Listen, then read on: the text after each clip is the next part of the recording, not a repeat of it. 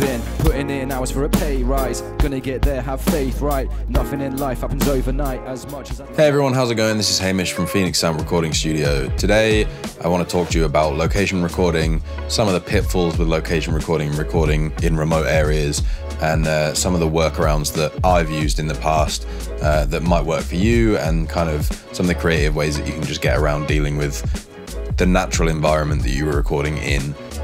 Recently, I did a session with a client of mine that goes by the name Blueit, and he came to me with the idea of doing a live session on the roof of the building that my studio is situated within, which is about 60 foot in the air. It's a 3-story building, big old warehouse. As I'm always up for a challenge with recording, I said yes, and we kind of dived right into it. In order to kind of get it to run as smoothly as possible, I kind of spoke at length with Josh, aka Blueit, about how we should do it and keep it as simple as possible in terms of the setup. When it comes to location recording, there's kind of 2 big issues, and those are kind of really the issues that I wanted to address.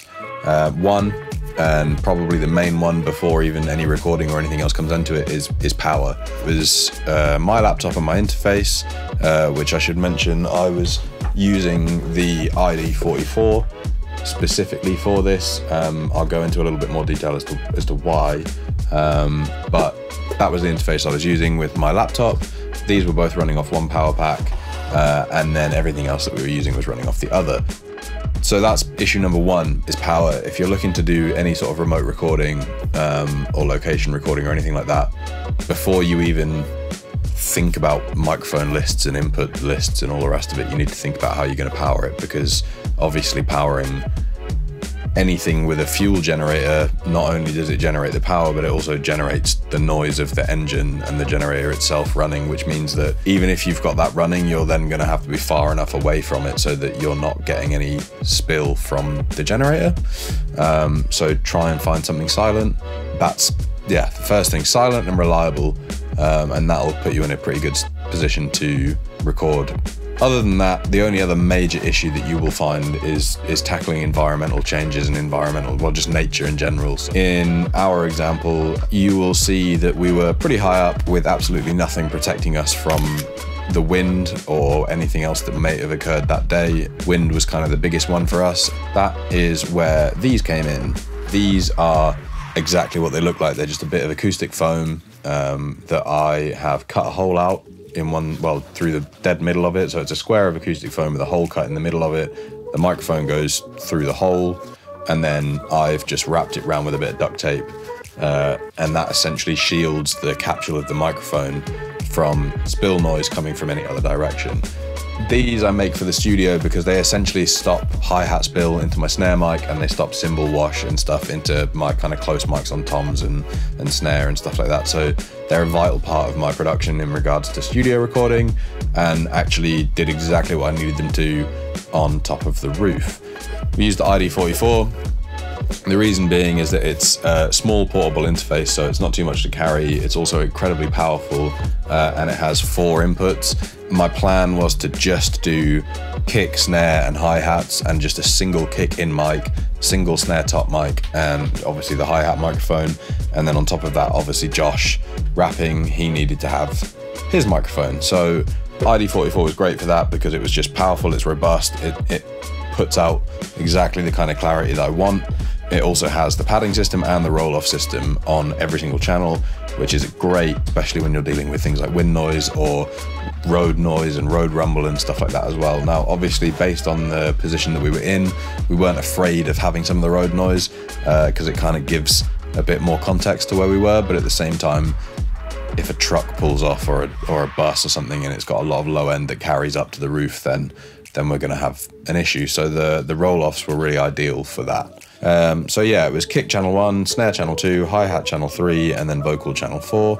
I was playing drums, and I had the first of the 2 headphone outputs just running directly to my in-ear monitors, and then I just used the second one, and I ran the track and click through. We had like a little busking amp that we were using as a foldback for him, and that was it. That was the setup. That was all we used. The only issues that we ran into were the wind. So I had one of these positioned on the snare drum microphone, and I basically just took a rough idea of where the wind was coming from, in which direction, and then tried to angle both the microphone and then the baffling in a position where the wind was hitting mainly the baffle so that it wasn't attacking the actual capsule of the microphone. And then I did the same thing with the hi-hat microphone, where I, instead of positioning it kind of above the hi-hat like this, I had it vertically underneath the hi-hat,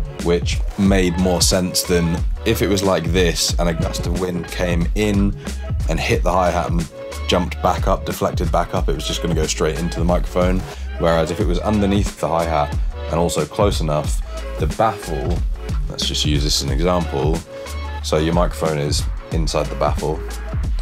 If that's the bottom of the hi-hat and this is this close to it, the wind that's coming from here is going to hit the sides or capturing the sides here, and there's not a huge amount of space between the bottom of the hi-hat and the top of the capsule where the wind would actually be able to kind of get in and cause any major issues.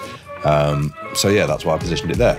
And then when it came to the vocal microphone, Josh basically did most of the work in terms of baffling it by holding it in, unfortunately by cupping it, which doesn't sound amazing, but it worked for what we were doing, where he essentially, by holding it like this in his palm was creating most of the rejection to all of the wind noise, so that worked ideally for us. And then with the kick drum, it's kind of self-explanatory. It was inside the kick drum, which essentially works as the wind baffle completely, and given that it's a dynamic microphone that is primarily focused on low end, it wasn't picking up a huge amount of the wind noise anyway. So I hope that helps with understanding a bit more about location recording and kind of some of the pitfalls that you'll run into.